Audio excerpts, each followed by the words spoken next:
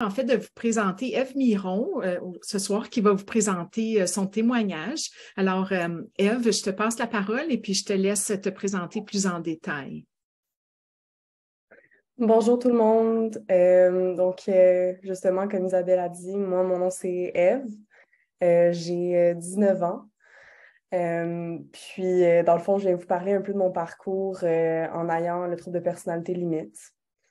Ça a été un parcours assez rocambolesque. Dans le fond, je vais un peu vous amener là-dedans avec moi, puis vous montrer un peu mon rétablissement, comment ça s'est passé, puis où est-ce que j'en suis rendue aujourd'hui.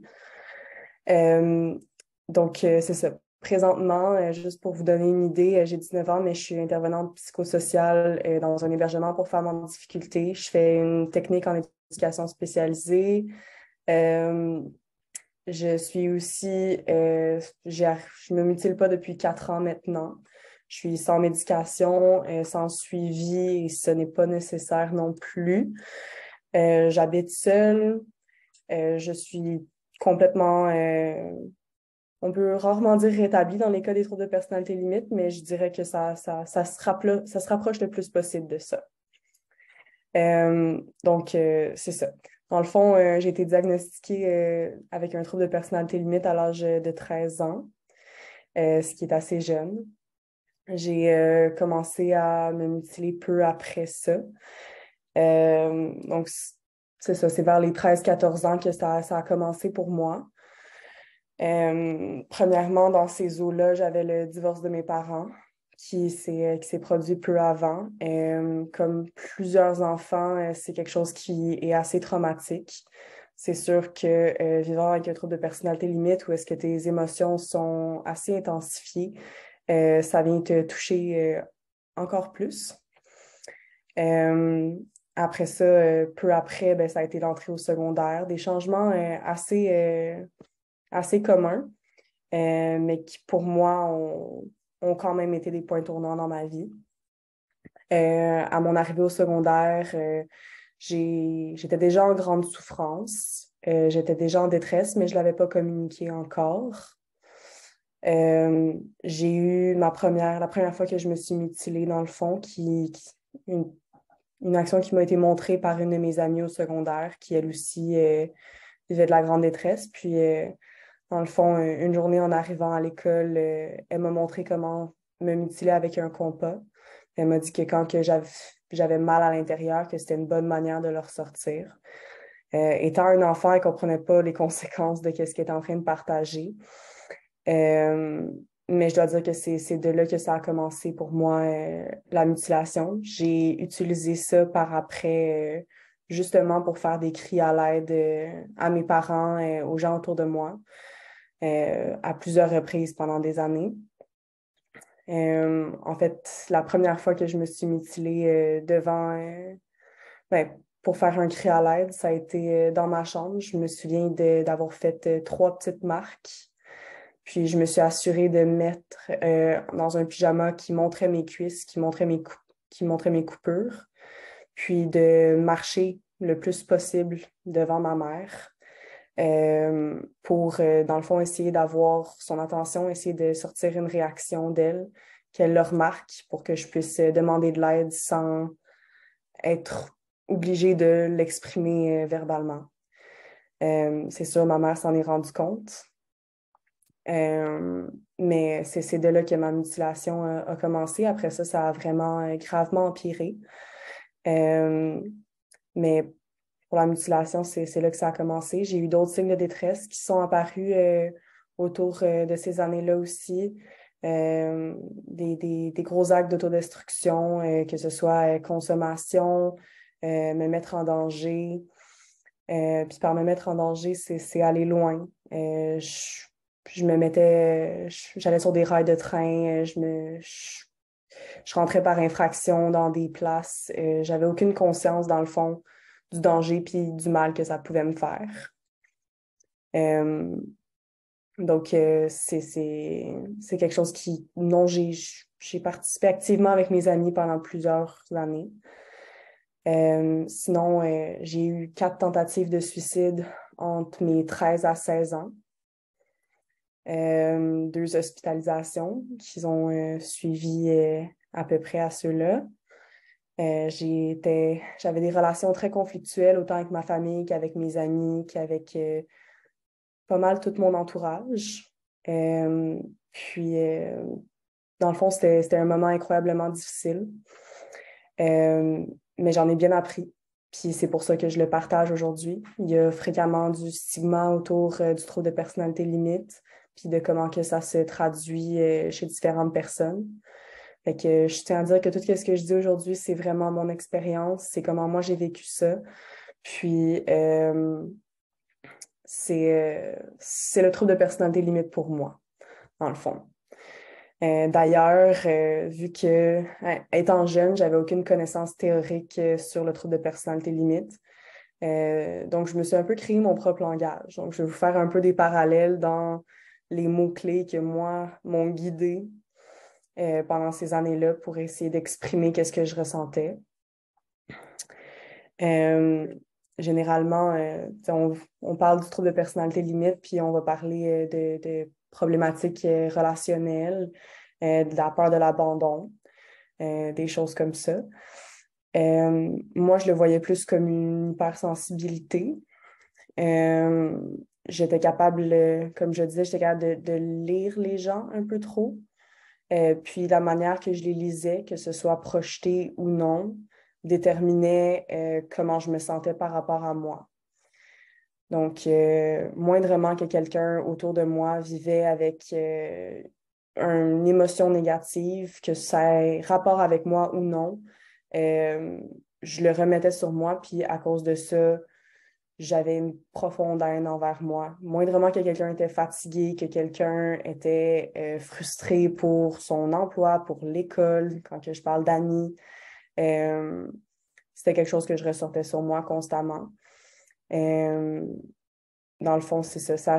J'accordais une très grande importance à la perception que les autres avaient sur moi. Puis ça, notre dernière interaction déterminait toujours comment j'allais me sentir pour le restant, jusqu'à temps qu'on se revoie, dans le fond. Sinon, on parle aussi de problématiques avec l'identité, pas savoir qui on est. Justement, ça se lie un peu à ça. J'avais tendance un peu, vu d'avoir un besoin que la personne en face de moi m'apprécie. Je m'adaptais à la personne qui était devant moi, mais à un point qui en était malsain. Je changeais ma personnalité au complet pour les gens qui étaient en face de moi. Je pouvais mentir, dire peu importe qu'est-ce qu'ils voulaient entendre, puis je pouvais savoir qu'est-ce qu'ils voulaient entendre, je les lisais très bien. Donc, j'étais capable d'adapter mes intérêts, qu'est-ce que je faisais dans la vie, autant que mon nom, mon âge, ma personne au grand complet, pour les gens qui étaient devant moi, juste dans le but d'avoir leur approbation de ma personne. Ça fait sentir incroyablement seul. C'est quelque chose qui est une réalisation qui est venue avec les années.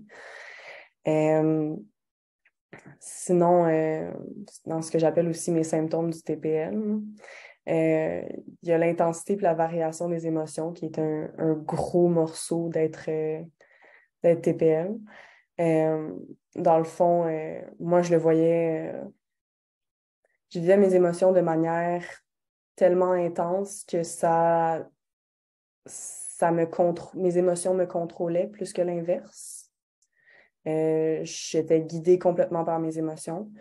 Peu importe c'était quoi, que ça soit de la colère, de la tristesse, de la joie, peu importe, j'étais tellement dans mon émotion parce qu'elle était intense que j'étais pas capable de prendre conscience de l'environnement autour de moi.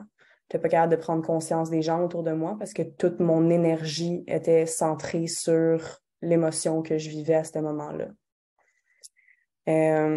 C'était aussi exprimé de manière incroyablement dramatique, puis je dis ça sans connotation négative, ce l'était, puis dans la perception des gens autour de moi, ça a dû l'être encore plus.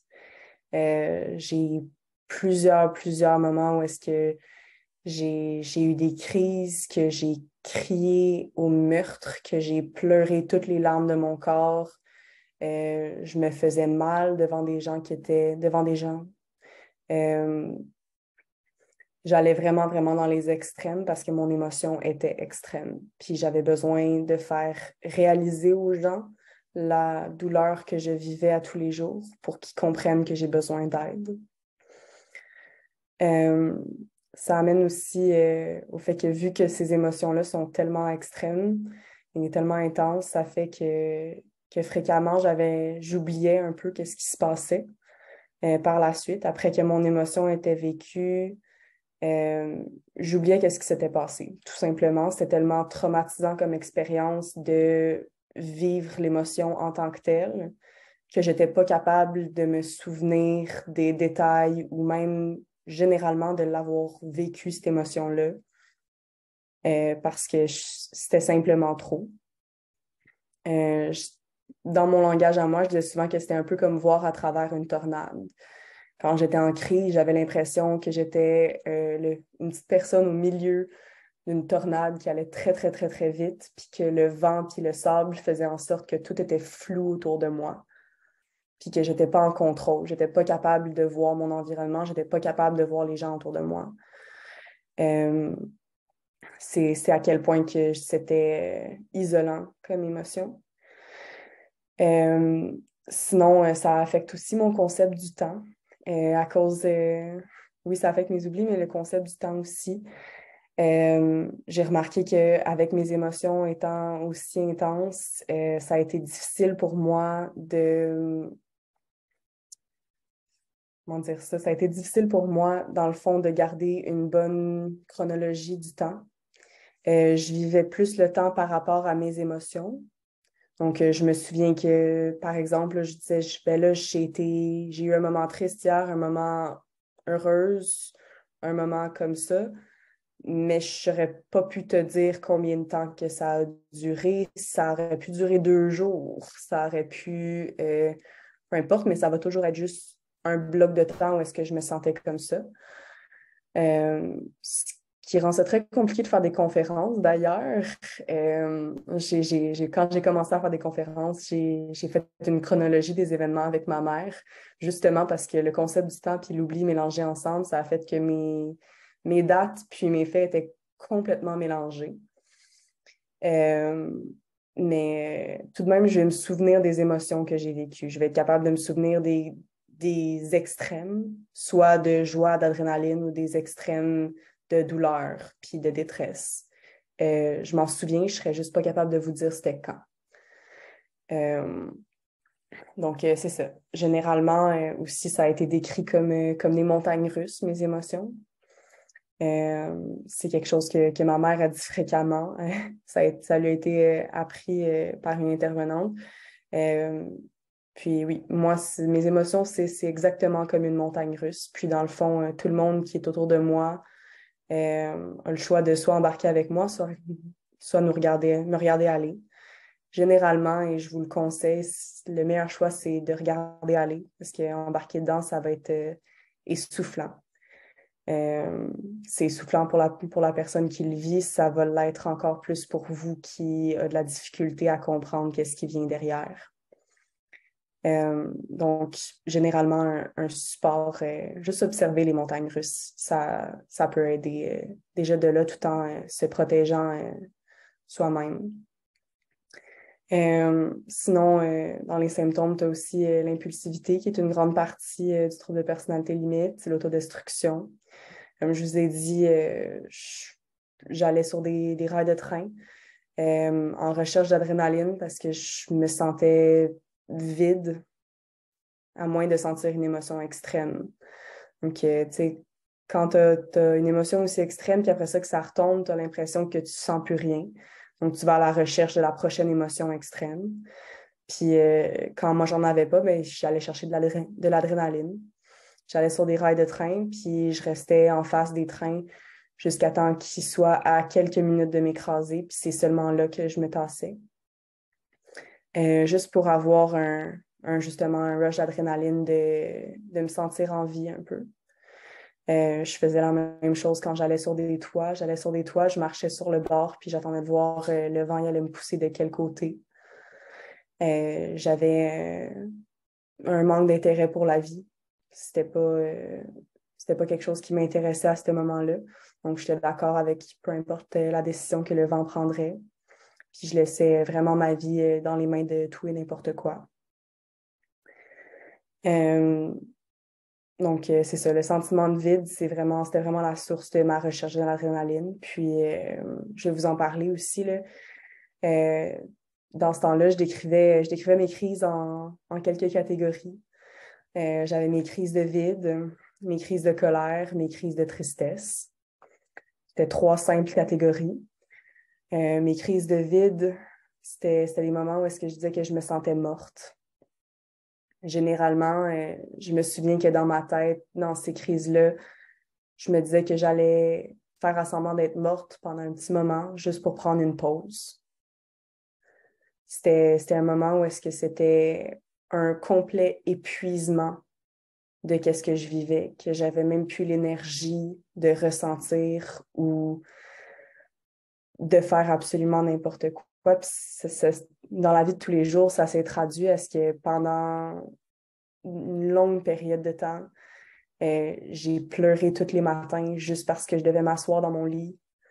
C'est ma mère qui me tirait de ses bras pour m'asseoir. Je restais assis dans mon lit. Elle me disait d'attendre 15 minutes qu'elle allait revenir. Après 15 minutes, il fallait que je me lève debout puis qu'on aille simplement dans le salon. L'objectif de ça, c'était simplement d'aller dans le salon. Puis même là, je pleurais toutes les larmes de mon corps. J'avais pas la force de me lever. Ça, c'était mes crises de vide. C'est assez traumatisant pour la personne qui le vit, pour la personne qui est témoin de ça. Sinon, j'avais des crises de colère aussi, qui s'étaient assez prononcées. Dans ce temps-là, je disais tout le temps que j'avais un feu un peu qui prenait le contrôle de moi. Un feu, une tornade, ça variait dépendant du temps. Ça prenait le contrôle. J'avais une haine envers le monde entier de devoir subir ça. Je le comprenais pas. Puis pour moi, ça faisait pas de sens que je sois la seule à réagir comme ça, la seule à agir comme ça, puis à ressentir ça. Tandis que pour moi, j'avais rien fait de mal, j'avais pas demandé ça. Puis même là, sans élément déclencheur, je me retrouvais quand même à me sentir comme ça, puis j'avais aucun contrôle dessus. Donc, c'était incroyablement enrageant de se sentir aussi isolée puis incomprise par les gens qui t'aiment puis qui t'entourent. Le sentiment d'être incompris, c'est quelque chose qui est aussi très fréquent chez les TPL. Donc, on va y revenir tantôt, mais j'avais pratiquement l'impression de vivre une vie secrète. Il n'y a personne autour de moi qui me comprendrait. Personne qui va comprendre pourquoi ce matin-ci, sans qu'il se soit rien passé, je vais être absolument déprimée. Je vais me mutiler sans élément déclencheur, sans nécessairement être en train de pleurer, sans nécessairement vivre une émotion extrême. C'était juste comme ça que je me sentais, puis c'est ça que j'avais besoin de faire pour exprimer ma colère, justement, de ne pas avoir des gens qui me ressemblent autour de moi.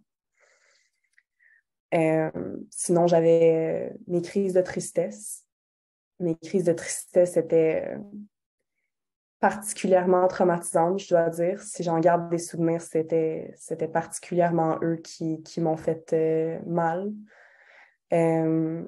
J'avais tellement de peine que j'avais l'impression que mon monde venait juste de s'écrouler. J'avais l'impression qu'on venait juste de m'annoncer que quelqu'un que j'aime était décédé.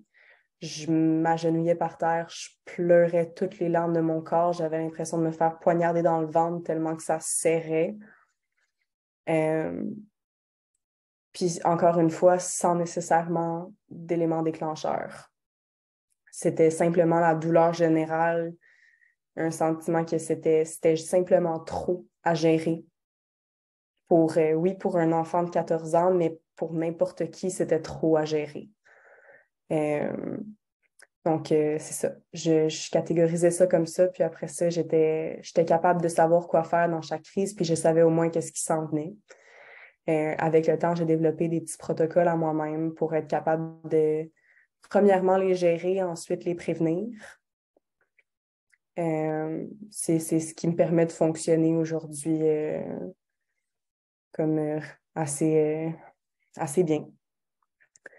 Sinon, je voulais faire une petite parenthèse sur demander de l'attention parce que généralement, c'est quelque chose qui vient, ça a une connotation négative. Je trouve qu'il y a un certain stigma qui vient à demander de l'attention. Puis souvent, moi, on m'a reproché ça énormément quand j'étais dans mes années de crise, tu fais simplement ça pour de l'attention. C'est pas quelque chose, t'as aucune raison de te sentir comme ça. L'attention, tu la demandes, je la demandais parce que j'avais besoin de cette attention-là. J'avais besoin de l'aide qui venait avec. J'avais besoin que quelqu'un reconnaisse ma douleur et fasse « OK, t'es un enfant, t'es en souffrance, je vais te prendre en charge. Moi, je sais quoi faire. » Comme la plupart des gens ont besoin quand ils se sentent pas bien. Donc, vraiment, là, je dis, je me suis mutilée pour de l'attention, c'est très vrai. C'est très vrai, puis je trouve qu'il n'y a rien de mal là-dedans. Puis si je ne m'étais pas mutilée pour de l'attention, je ne serais peut-être pas là aujourd'hui. Donc, pour de vrai, je trouve que c'est une importante partie de ce processus-là de rétablissement, c'est de demander de l'attention. Parlant de rétablissement, j'ai commencé à suivre un psychologue dès l'âge de 12 ans. C'est seulement un an plus tard que j'ai eu mon diagnostic. À partir de 12 ans, 13 ans, j'ai été diagnostiquée avec dépression majeure, anxiété généralisée. Puis, j'ai été premièrement suivie pour ça, ensuite pour mon trouble de personnalité limite qui a été ajouté à ça.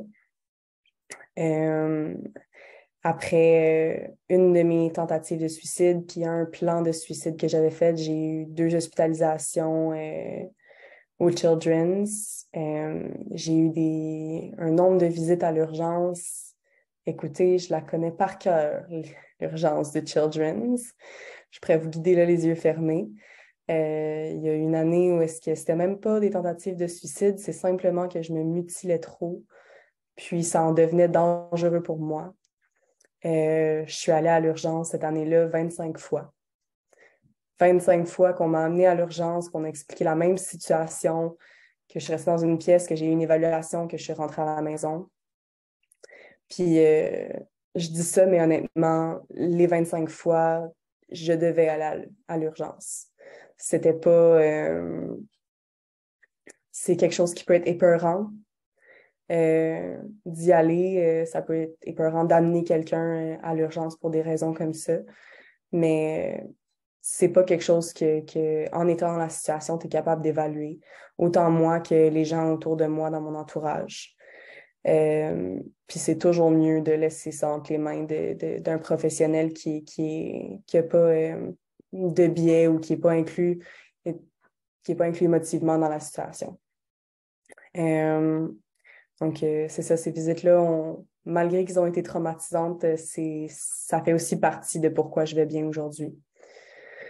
Quand j'étais en hospitalisation, j'ai eu un suivi à l'interne. C'est venu avec des thérapies individuelles, des thérapies familiales, dû à mes relations conflictuelles qui allaient et venaient avec mes parents puis ma plus petite sœur. Sinon, après ça, j'ai eu des suivis à l'externe pendant un bon moment.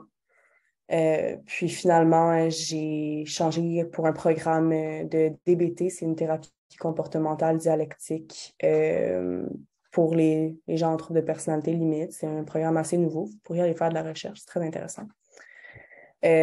Puis, j'ai aussi été médicamentée pendant plusieurs années.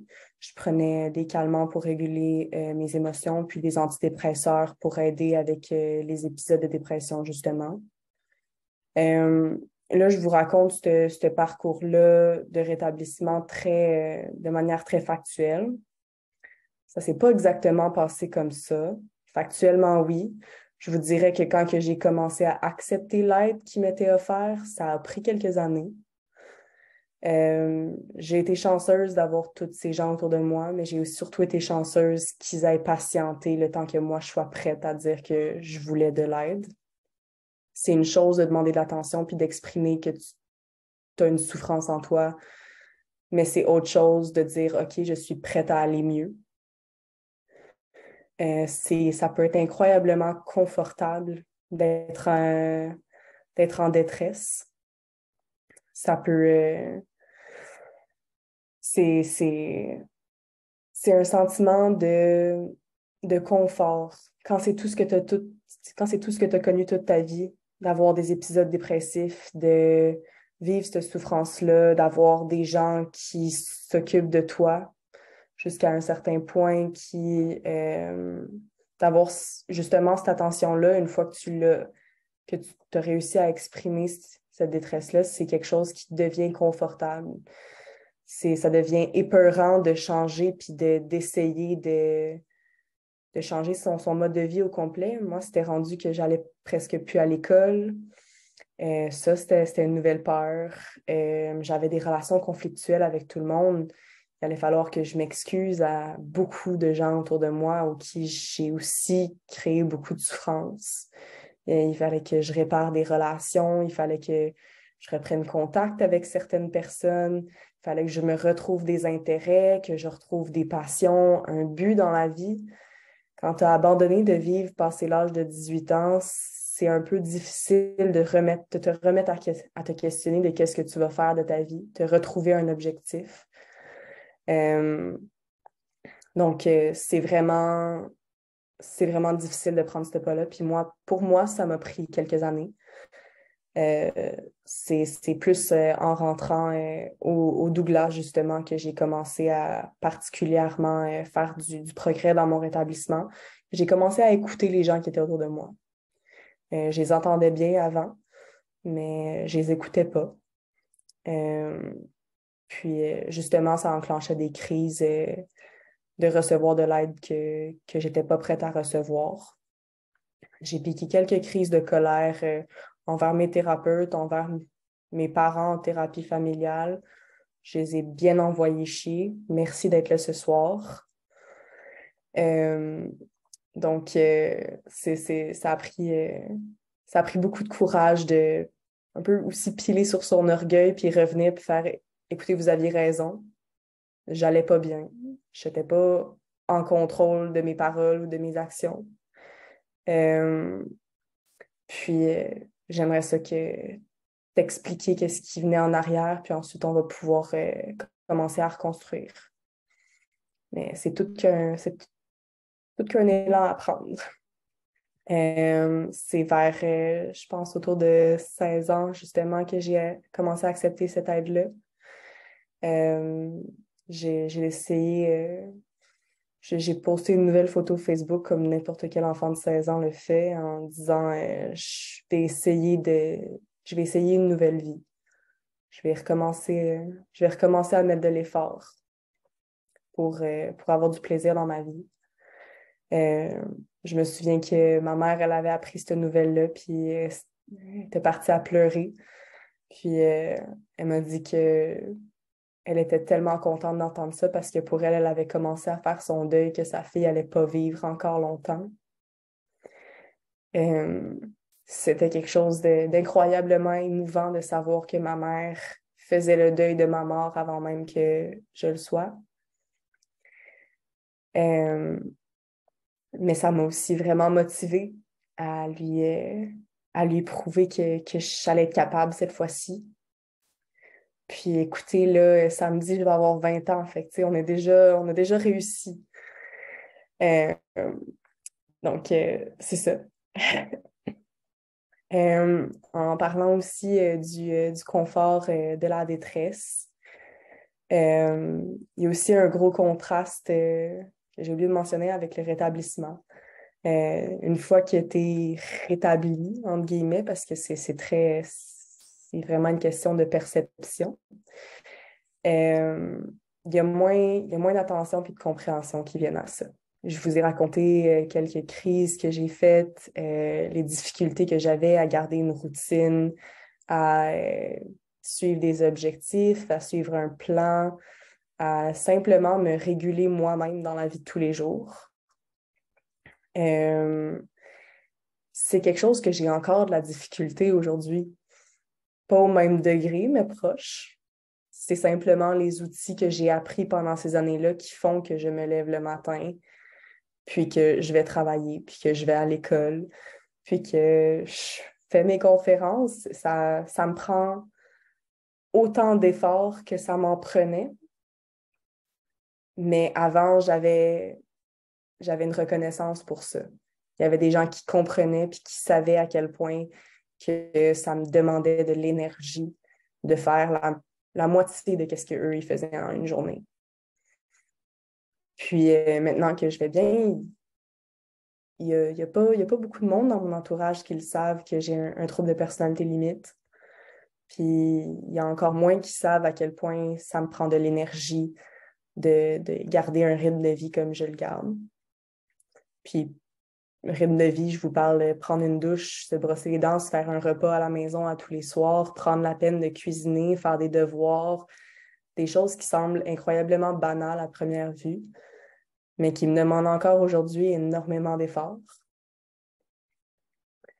C'est ça. C'est vraiment une question d'attention puis de compréhension que je vais être fatiguée plus tôt, je vais être épuisée plus facilement dans des situations sociales dû à mon hypersensibilité. Après un souper qui m'a stressée, ça se peut que je pleure pendant quelques heures, ça se peut que je sois anxieuse, que je sois plus capable de parler. C'est encore des choses qui m'arrivent régulièrement. Euh, c'est ça. Mais je vous dirais que ça en vaut quand même la peine. Ça en vaut la peine. Je suis heureuse maintenant, je suis bien, je suis fière de moi, surtout après ces crises-là. Des crises qui généralement me font encore aujourd'hui oublier qu'il y a d'autres joies possibles dans la vie, d'autres émotions possibles dans la vie. Ça va être un peu comme au TDAH, il y a une question de object permanence, la permanence de l'objet quand il n'est pas dans ton champ de vision, tu ne le vois pas. J'aime ça le comparer au trouble de personnalité limite où est-ce que quand que tu vis une émotion, c'en est pratiquement impossible de réaliser qu'il y a d'autres émotions qui peuvent venir après ça. C'est tellement extrême que c'est impossible de considérer que ça va passer puis que ça va partir de soi-même. Ça prend énormément de contrôle, de contrôle mental pour te dire que non, je vais patienter, ça va passer, une émotion, un sentiment, c'est temporaire. Il faut juste que je réussisse à tenir le bout jusque-là. Puis de ça, j'en viens au protocole que je me suis fait, qui est justement ça. C'est basé sur quelque chose une intervenante que j'ai eue m'a dit. Mais c'est simplement ça, c'est qu'une émotion, un sentiment, ça dure quelques minutes au maximum. Puis, tu sais, après ça, tu peux replonger dans ce sentiment-là, tu peux replonger dans cette émotion-là, mais c'est tout le temps temporaire. Donc, je me suis vraiment, vraiment tenue à cette phrase-là, puis je m'y tiens encore.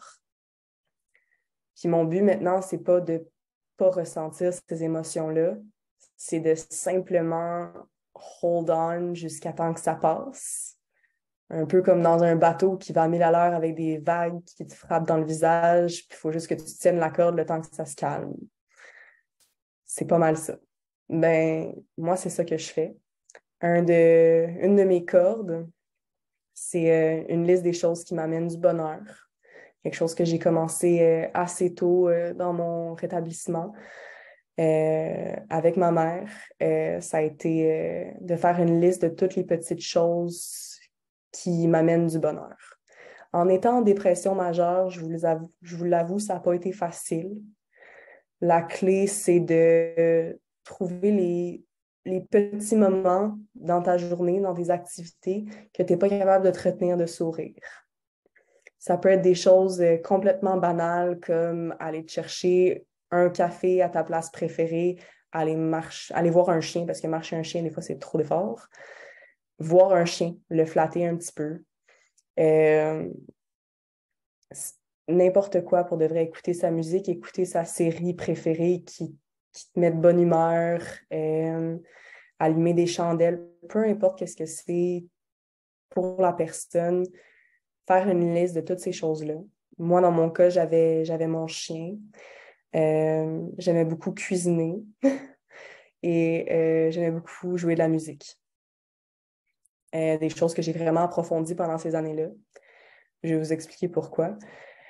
Dans le fond, généralement, avec cette liste-là, quand que je vais pas bien, je vais essayer de varier à toutes les 10 à 15 minutes d'activité.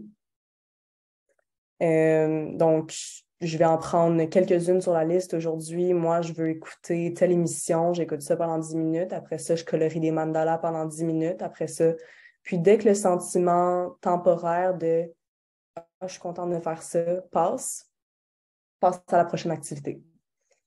Moi, ça a été mon truc. C'est ça qui m'a sorti de ça. Si ça ne fonctionne pas, puis là, c'est vraiment en dernier recours, si je sens que je ne suis plus en contrôle de mon émotion ou de mes actions, je me couche en petite boule dans mon lit ou peu importe où est-ce que je suis. Des fois, ça peut être sur le trottoir. J'arrête de bouger, je me mets en petite boule. Puis, je littéralement attends que ça passe. Donc, ça peut être long en tabarouette, mais je me donne aussi le règlement que je n'ai pas le droit de bouger jusqu'à temps que je me sente assez en contrôle pour mesurer mes actions. Puis ça veut dire même pas se gratter le nez ou genre s'attacher les cheveux, n'importe quoi. Je bouge pas. Je bouge pas jusqu'à temps que je sache que le prochain mouvement que je vais le faire en pleine conscience, puis ça va pas être guidé aveuglement par mon émotion. Ça a créé pour des interactions assez bizarres sur le bord de la rue, je vous le dis, mais ça fonctionne pour moi. Sinon, dans ces listes-là, j'ai quelque chose que j'ai plus approfondi. J'ai particulièrement la pâtisserie puis jouer la clarinette basse au secondaire, ça a été assez une grande source de joie. Ma mère, elle a donné toute son énergie et argent dans ces activités-là parce qu'elle a vu que c'est ça qui m'apportait un peu de bonheur, mais aussi qui me permettait de me défouler. Quand je vous dis que j'en ai cuisiné des tartes, les gens autour de moi étaient tannés. Mais je pouvais rester 48 heures réveillée à cuisiner des tartes jusqu'à temps que je sois plus en crise de colère. Puis je l'ai faite, puis ça a passé. À un moment donné, j'ai commencé à comprendre que ça passait, pour de vrai. Donc, c'est ça. Dans le fond, c'est ça qui guide un peu ma vie aujourd'hui. Je prends un moment, si je ne suis pas capable de parler, si je ne suis pas capable de faire ma routine, je prends un moment, j'essaie de nommer mon émotion, puis après ça, j'attends qu'elle passe ou j'essaie de me distraire jusqu'à temps qu'elle passe. Donc, ça dépend du nombre de contrôles que ça te prend pour vivre cette émotion que tu vis dans ce moment-là. Mais c'est ça.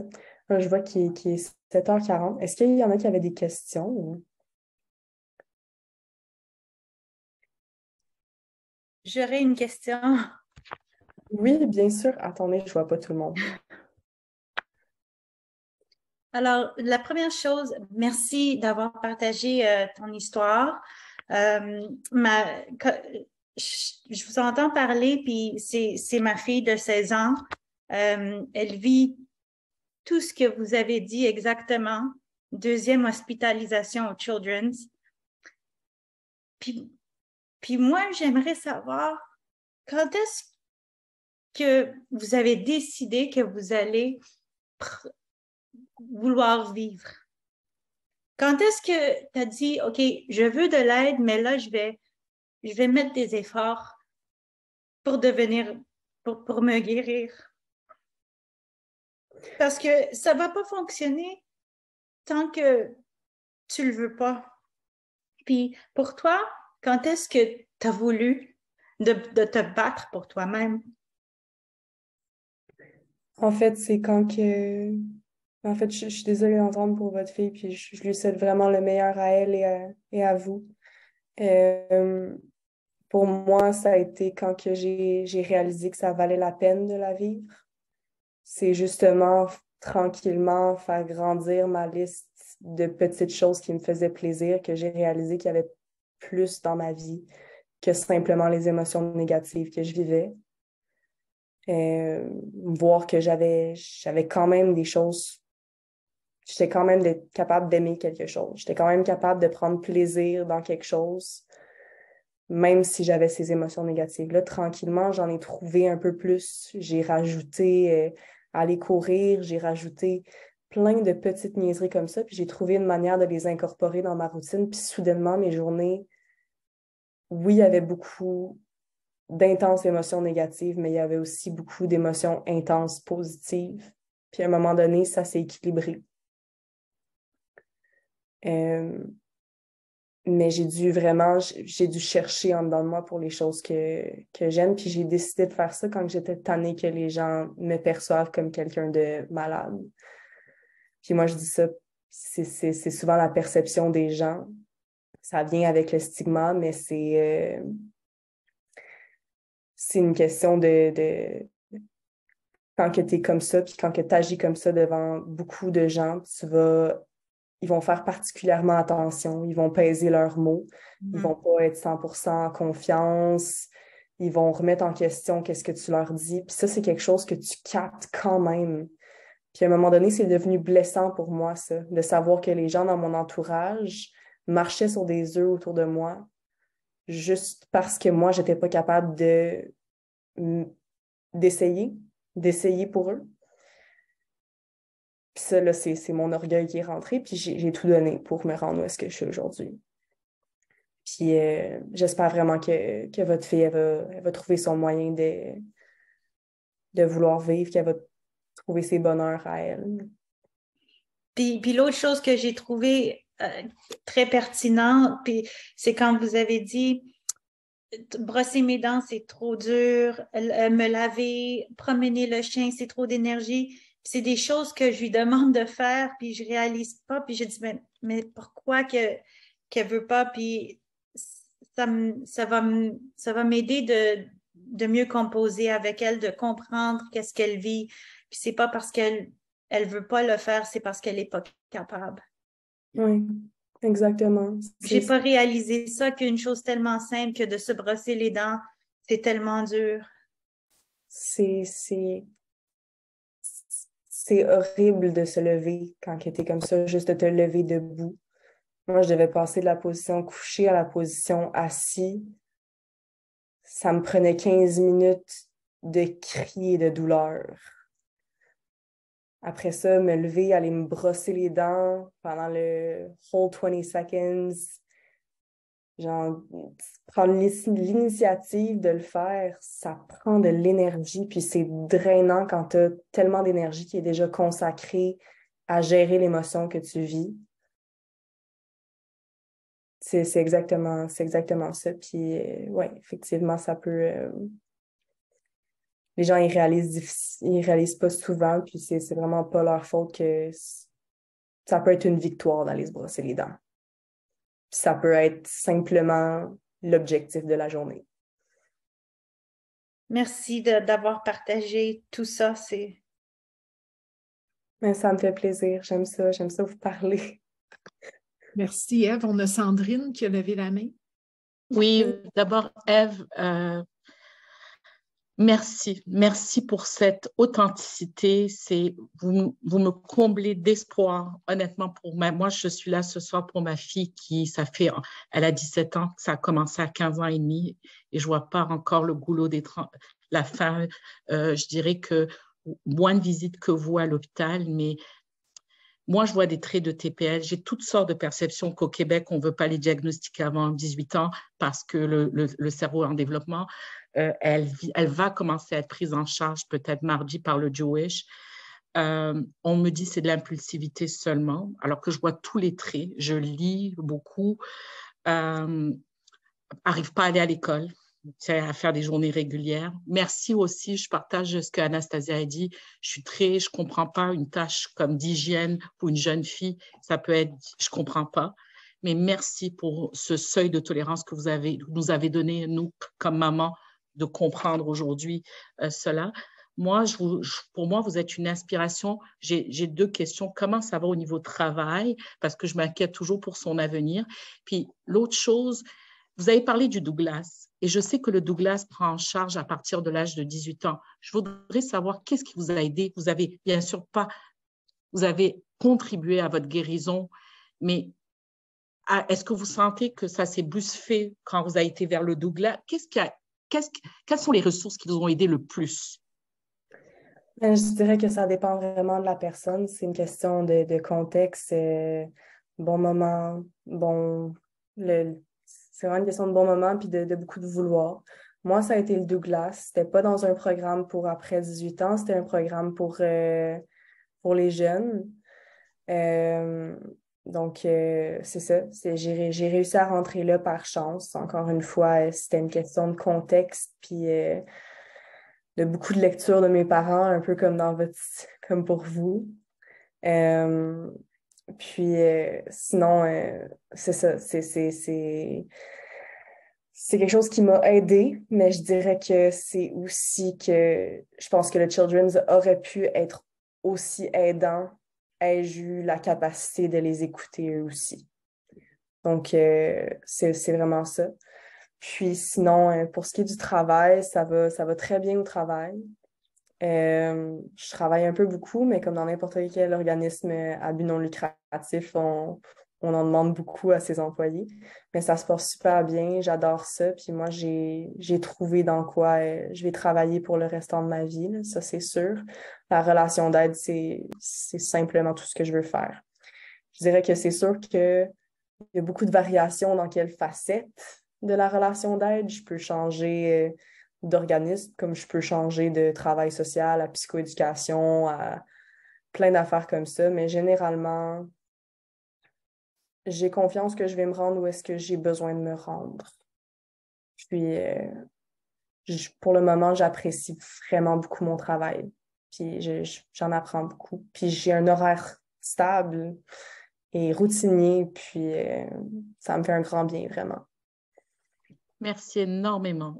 Vous ne pouvez pas savoir le bienfait et votre générosité de ce que vous faites. Vous êtes inspirante, vraiment. Merci beaucoup. Ça fait chaud au cœur. Merci. Merci à vous. Est-ce qu'il y avait quelqu'un d'autre? Oui. Lisanne? Oui. Vous m'entendez? Oui. Alors, merci beaucoup. Moi, j'ai voulu assister à cette rencontre-là ce soir parce que j'ai la fille d'une de mes collègues de travail qui souffrait d'un TPL et qui en est morte. Et ça m'a beaucoup chambranlée, puis parce que j'ai l'impression que ma petite nièce, qui a 6 ans, en souffre. Et ma question est la suivante. Est-ce que à 6 ans, tu avais déjà ça, toutes ces montagnes russes d'émotions-là, le pétage de crise, la difficulté à suivre une routine, à accepter l'autorité, t'avais-tu ça? Si petite, est-ce qu'on est avec finalement ce trouble de régulation des émotions-là? En fait, mes condoléances pour votre amie. Puis, en fait, oui, j'ai commencé à montrer des signes très jeunes. Je dirais qu'il peut y avoir beaucoup de problématiques en général chez les jeunes. Pour ma part, c'était peut-être plus vers les 8 ans à peu près, 8-9 ans. J'ai commencé à laisser un peu de signes. Oui, des crises, mais majoritairement de la souffrance. J'ai planifié ma première fugue qui n'était pas encore considérée comme une tentative de suicide, mais c'était mon but. À 9 ans, j'avais prévu de fuguer de mon école primaire. J'avais calculé les portes pour pouvoir aller vivre comme une itinérante dans la rue. Puis je savais très bien que je n'étais pas capable de m'occuper de moi-même. Donc, j'étais très à l'aise avec le fait que j'allais mourir dans la rue, mais au moins, j'allais mourir seule, en paix, parce que ça valait pas la peine d'essayer. Donc, oui, il y a eu des signes avant, mais je dirais pas que ça aurait pu être déterminé à cet âge-là encore.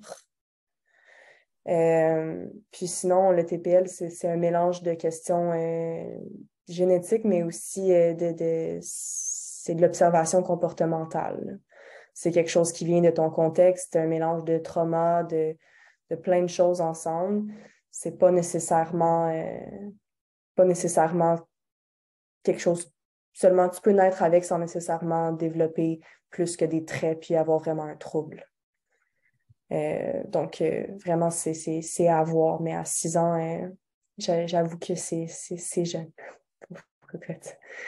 Puis, moi, tu sais, je suis la grande sœur de ma sœur. Et puis, elle me demande tout le temps, tu sais, parce qu'elle est dépassée par ces comportements-là violents, là. Et puis, tu sais, je sais pas quoi y dire parce que est-ce que je dis, ben, tiens ton bout, tu sais, c'est toi la mère, c'est toi qui peux essayer de l'orienter dans ses crises ou on la laisse faire. Tu sais, c'est difficile de juger de la bonne intervention. Mais en fait, les TPL vont peut-être vont être très réactionnels par rapport à un cadre imposé. Moi, je l'ai été. Mais c'est aussi la routine puis la constance qui te permettent qui vont t'aider puis qui vont te permettre de te grounder, comme comme je dis souvent, d'avoir une meilleure conscience de soi-même en premier. C'est des affaires comme se lever plus régulièrement à la même heure, avoir un horaire relativement stable qui m'ont aidé à justement rejoindre un rythme de vie qui est plus commun chez les gens maintenant, ce qui n'était pas mon rythme de vie, mais c'est la routine puis le cadre qui m'a aussi aidé à me recentrer sur moi-même. Fait que oui, mettre un cadre, je pense que si tu me parles de problème d'opposition, il faudrait peut-être aller chercher un spécialiste là-dessus. Je ne voudrais pas me prononcer là-dessus, j'en connais pas assez. Mais c'est sûr qu'un cadre, de mes connaissances, un cadre puis une routine, c'est important à être imposé chez quelqu'un, un jeune TPL. C'est qu'est-ce qui a été conseillé à mes parents quand j'étais en hospitalisation, c'est qu'est-ce qui a été discuté, c'est qu'est-ce que j'apprends dans mes cours, c'est quelque chose qui est assez crucial dans le rétablissement de quelqu'un qui est TPL. Merci. Ça fait plaisir. Est-ce qu'il y avait quelqu'un d'autre? Juste une question, Ève. Est-ce que c'est aux Children's qu'ils ont pu vous poser le diagnostic du TPL parce que vous disiez que vous l'avez eu à 13 ans?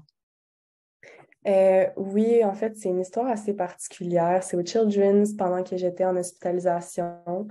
C'est pas le médecin lui-même qui m'a premièrement émis le diagnostic. Dans le fond, lui, il se tournait vers d'autres possibilités de diagnostic. Puis c'est son résident en médecine qui a trouvé de la recherche là-dessus. Il l'a donné à mes parents sans avoir consulté le médecin. Mes parents ont lu là-dessus, ils se sont informés, ont fait beaucoup de recherches. Puis, lors d'une discussion avec le médecin, ils sont revenus sur le sujet avec lui. Puis, c'est ça qui est venu à mon diagnostic, là. Mais ça a été poussé par le résident puis mes parents qui justement me reconnaissaient vraiment dans ces recherches-là. Merci beaucoup. Ça fait plaisir. Est-ce qu'il y avait quelqu'un d'autre qui voulait parler?